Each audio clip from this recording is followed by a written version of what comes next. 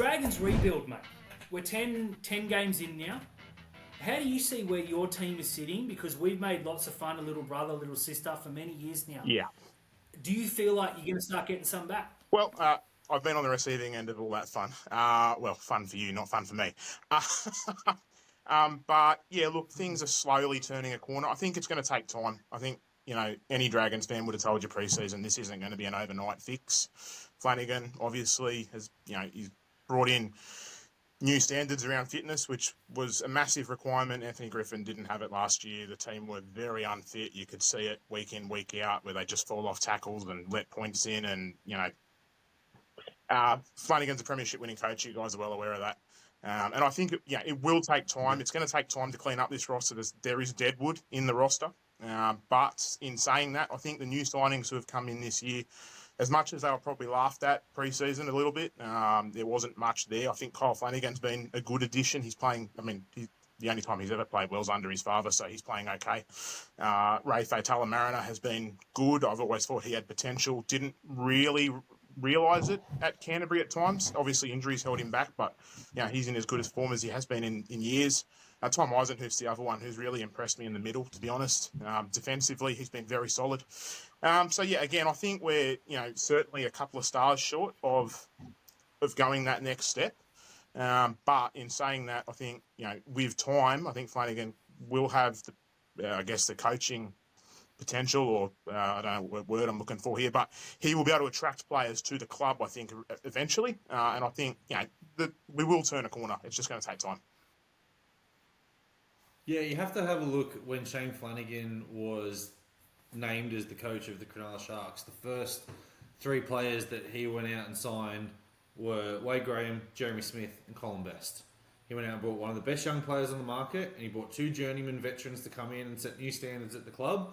And luckily enough, he then, the following season, continued with his Mark Tafua. He got Andrew Fafita, and then he was lucky enough to get Todd Carney into the door as well and get that superstar. But after that, it was the same things again. It was people to come in and set the standards. Chris Hyington, Bo Ryan, Luke Lewis. Those guys come in. Eventually, Michael Ennis. So Flanagan knows what he's doing when it comes to rebuilding a roster. If you have a look at the current Dragons roster at the moment, he's got them punching above where they should be. I had them bottom 4 this year, and I think that he's got them fighting very, very well, and that they are fighting in games, apart from that Roosters game at the moment. They fight. I think you're probably looking at around about 2026 would be when you'd be looking at like a top 8 berth, and then 27, 28 would be getting up that ladder, securing the Shane Flanagan stands. This is a long-term project for Flanagan. It took him 5 years to really, really shine through at Cronulla, and I think if St George are patient, they've got the right man to do it as well. It's all going to come down to the Ben Hunt factor. And I was talking with a Titans fan the other day, and they said that one thing that they're worried about that the Titans are going to do is something stupid like accept Ben Hunt for Troy Weaver. And I think if you're the Dragons, you take 100%. That because you get rid of the contract and you get an a junior Origin halfback straight away. So Flanagan's very shrewd in the player market, and he doesn't pay overs for players. We learnt that. Anyone who asked for $1 more than he was willing to give you, he didn't sign him. I'm seeing a lot. I wrote this earlier. I've seen a lot of what I saw at Cronulla in this current rebuild. In that Zach Lomax is probably the biggest star there, and he said, "You're not a centre, you're a winger." He's been proven undisputedly correct. Lomax's best games have come on the wing. If he'd stayed on the wing and kept a smile on his face, he's playing Origin. He may still get picked, but he's come back a little bit since moving back to centre, and it's been a bit disruptive. But he's pretty much told him, "Yeah, you want to release? Okay, see ya." Yeah. Whereas other coaches would have gone, "No, Zach, I'll put you back at centre. Like, you're our best player. I love you. Let me massage your feet. I apologise." Lomax, it's Flanagan said, "All right, see you later. Go to Parramatta. Go to that mess. You're their problem now."